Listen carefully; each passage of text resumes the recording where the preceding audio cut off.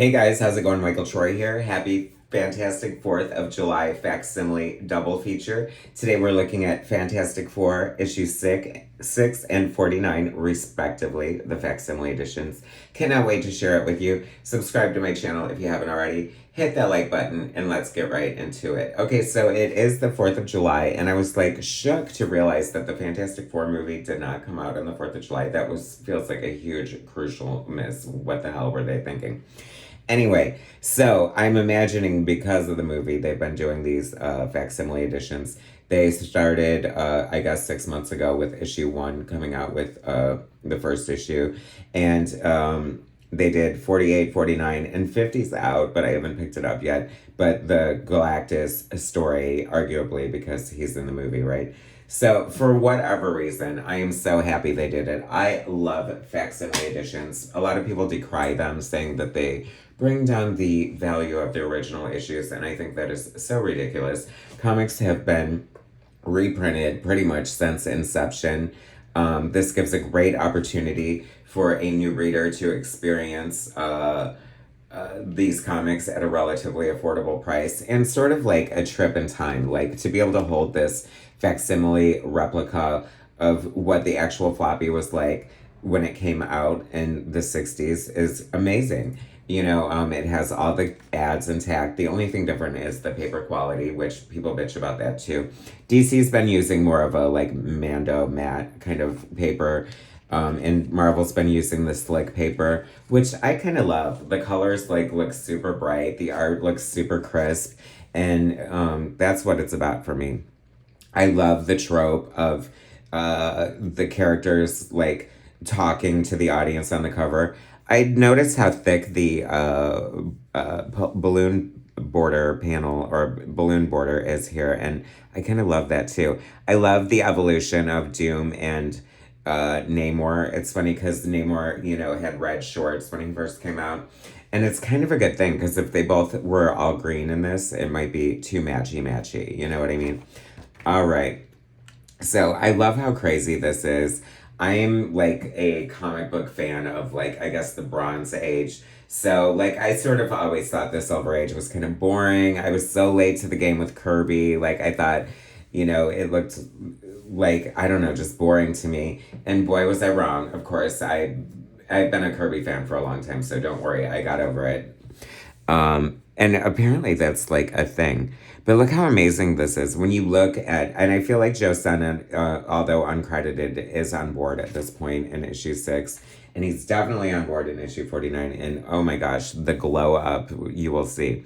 But look at how gorgeous this is. The cityscape, the angle, the Human Torch. I noticed how different Torch looks. He definitely looks more like his predecessor, from whatever, before the Fantastic Four when it was, what was it, Timely Comics or something like that. The best thing about this is always like the crowd's reaction. I just love how like everyone's kind of an a-hole. They're kind of bitter. And it's also kind of funny to me that, okay, so if the Fantastic Four were real, the sheer amount of adventures they've been on, like at some point you're going to see them flying around the city, if not be directly affected by their shenanigans. And I also love that they were kind of jerks in the beginning. Like, for no reason whatsoever, the Invisible Girl is walking through this crowd, which, she could completely just avoid everybody, but she has to, like, push them down and be like, get out of my way. Love the, the lobby or the outside entrance to the Baxter building. That looks so cool. That looks, like, so in line with, like, skyscrapers back in the day. I love that so much. This is crazy to me. I love this too. This like introduces different like lore and tropes that would become known throughout Fantastic Four history. I distinctly see John Byrne's version of Sue using her belt, to activate the elevator of the Baxter building. This is so cool. I can't believe that within 5 panels, one of them is like this cutaway view of the Baxter building and all this amazing perspective with all these like signifiers of what's happening here, the fantastic car, the ship, the anti-vibration wall absorbs shock of missile. Like, I just love the thought that went into this. And speaking of thoughts, I was thinking, they always say you have to have a good suspension of disbelief to be a comic book fan. And boy, that was never more true in the Silver Age, because it is so wacky and wild, but so charming and endearing. I just love it so much. I just love the interaction of the characters. I mean, it is no surprise how this comic book just like broke out, turned the comics industry on its ear, and just became such a favorite. What is up with Thing's face in that picture? That is so funny. I kind of like the inconsistency of the earlier Kirby stuff, because Thing definitely changes his appearance from panel to panel. I think that's kind of a known thing about Kirby, is like there are times, especially if you've ever read like the Marvel No Prize book, there's like artistic inconsistencies. But I love that, one of the adages of Kirby, and one of my mantras that just stayed with me forever, was his, and I'm probably not quoting it properly, but something to the effect of, I'm paid to draw, not to erase. So what more do you need than that? I love Doom flying around in his magenta helicopter / submarine, which is important if you're trying to enlist the aid of the submariner, who is doing like cannonballs. This is just so funny to me, certain parts. And Doom is such a pretentious asshole that he like just assumes that Namor would want to be on his side and help him defeat the Fantastic Four. And he isn't hard to win over. This is so amazing. This is why people love Kirby. By the way, I love the chapter breaks. It feels like returning to a television show, like after the commercial, and I just kind of love it. I love that they all have like glossy pictures of each other, like just randomly. I love like the gross, like totally prehistoric looking fish. Of course, Kirby's gonna throw in the most monstrous ones he can. And I like Submariner's like lair here is just like off the chain. I like the Neptune trident just on the wall, the lazy boy chair made out of conch shells, and just like a sponge footrest or whatever the hell is going on. It's just like beyond amazing. Like so good, like so fun. I literally cannot get enough of this. I hope they just keep going with these facsimiles and do every single Kirby issue that ever was, because I need this. This is so good. This is so fun. It's also so interesting to note like how different the comic book style is. This is so dense. We got a Watchmen 9-panel grid here.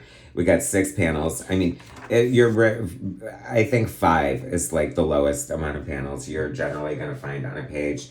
And so much happening in every shot. Like Kirby just like gives you everything. Like it's so cinematic in a different kind of way that just makes it so much fun. Like I don't know, like if like how much conscious effort he's putting into this, or just if he's just so brilliant, it's just coming through. Like to capture like the awe of the crowd seeing this weird amphibian with wings on its ankles walking down the street, and all these civilians are freaking out. The cops are like, hey, wait. He's like, I kind of like a lot. There's a lot of wisdom in here, and like real life shit on top of it, because it's like this cop is like, hey, it's a submariner, we can turn him in for creating a disturbance, and then the other cop's like, hey, easy, don't borrow trouble before it starts. And I just kind of like that. Love the vintage ads here. Mike Marvel is new to me. I guess he's a Charles Atlas knockoff. I'm sure there were plenty of them in this era. The only credits we're getting still are Stanley Lee writer, Jack Kirby artist, and that's all we know. We don't know who, or do we know who the letterer is at this point? I don't think so, but I think it becomes Artie Simek, right? If not him now. Another great like chapter break. I love it. I kind of love the two. It's so weird for me because like when I started reading Fantastic Four during John Byrne's run, happy 75th birthday, July 6th, by the way. There's a video coming I'm going to do the Fantastic Four John Byrne Omnibus Volume 1 as a birthday celebration for the man's 75th. This is gorgeous. Once again, the colorists are not being credited, and that's sublime. I think that looks so cool and so fun. Like, it's amazing. I just love the different silly, stupid ways that they use their powers, but it's still, like, at the time it debuted, must have been, like, so exciting and entertaining. Like, he's gonna burn a fire circle in the floor to, like, make the floor fall out from under him. I mean, it's so crazy, right? Oh, and speaking of crazy, suspension of disbelief, the most amazing thing ever. I would have lost my mind as a reader. Dr. Doom has this like cylinder that Submariner is attaching to the in the basement of the Baxter building because it's like anti-gravitational and it's gonna suck the whole Baxter building into Doom's power. And how crazy is that? And how crazy is this? Another amazing chapter break. Crazy perspective, aerial view. The Baxter building has been hoisted out of the earth. We can see the island in the distance, those ships over here. It is freaking amazing. I mean, we know that this is so technically not possible, or it would just be crazy, but I kind of want to see this happen in a movie just because it's so insane, all right? And like I said, thrilling at the same time. I love this blue. Any old school colorists out there who can tell me the formula for this blue when they used to do color guides is just gorgeous. I feel like Eric Larson colorist still uses this a lot in the Savage Dragon, and it's always like my favorite pop of blue. Here we go, Powerhouse and Muscles. Famous hip pocket gym. Well, this guy doesn't have a name though. He needs a name.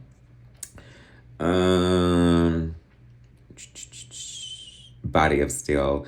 Look, Grit. That's the other thing I'm chasing is this Grit family newspaper. Like, I just want an issue of Grit. Somebody send me one. I'll review it. Let's see. See, look how crazy and fun thing looks. I love Doom at the wheel. There's just so many cool things that I love so much.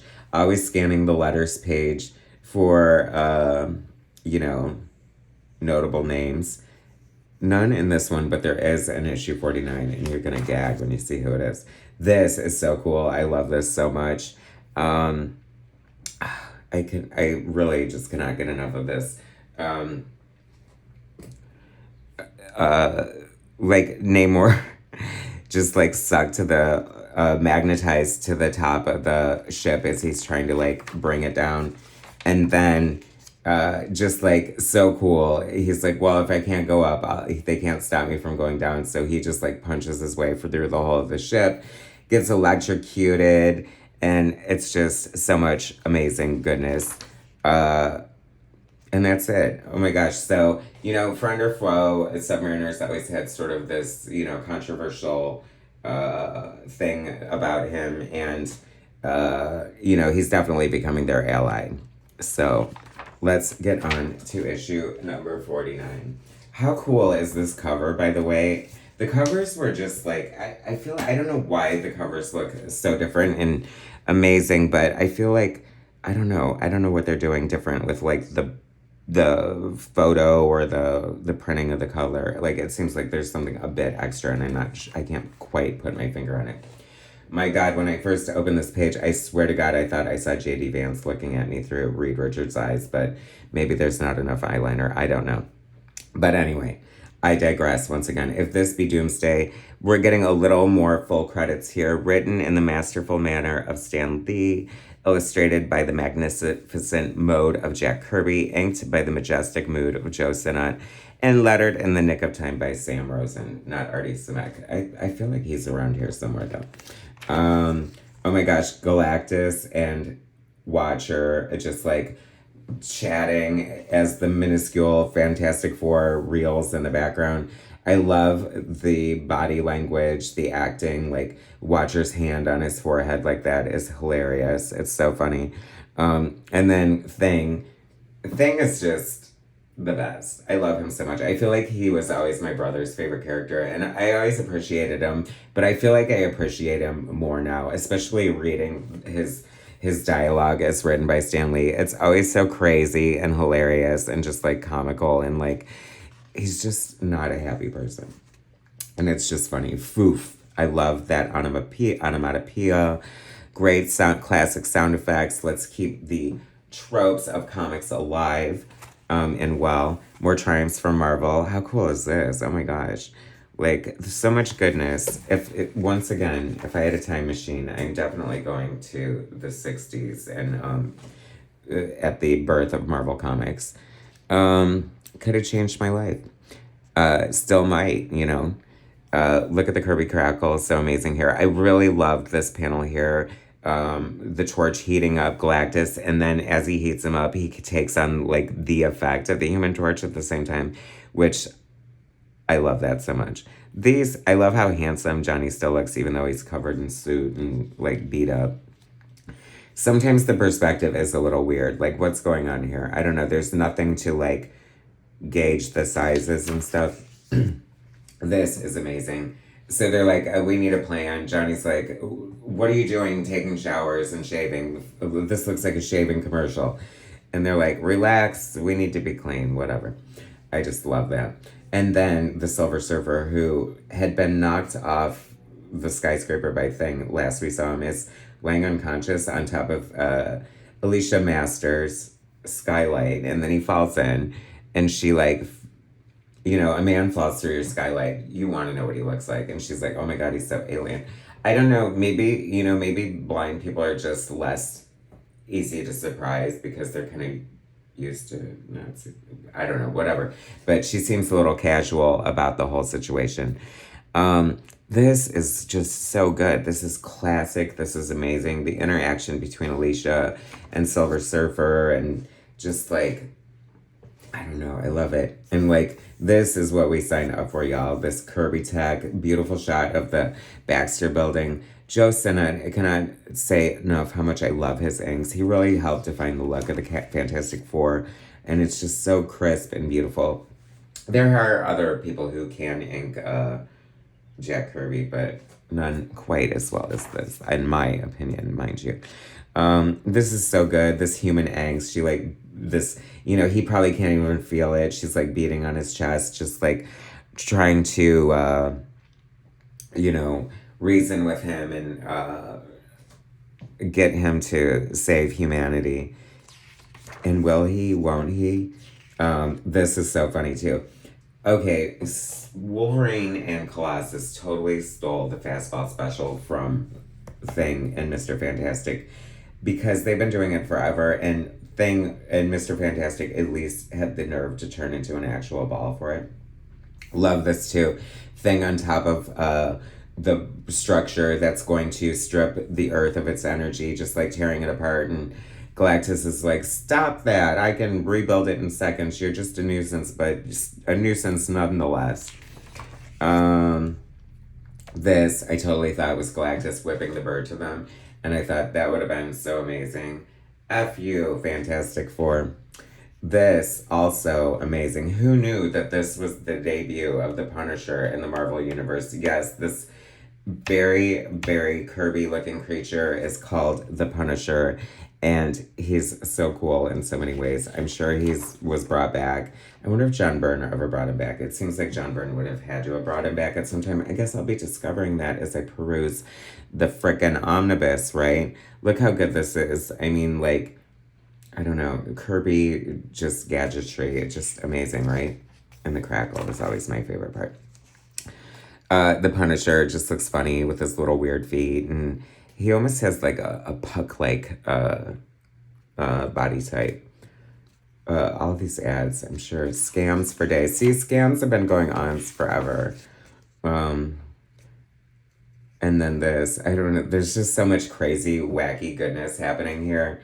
I think, you know, it's so funny because I think I know too much about like that, where they're going and stuff, because sometimes the things they use to solve their situations could be done so much easier otherwise.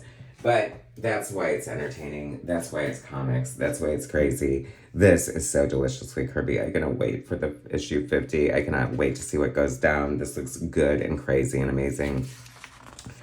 The letters page. as promised. And who of all people wrote a letter? Dave Cockrum. Can you believe it? I mean, of course, it's Dave Cockrum. I love it. Anyway, amazing finds.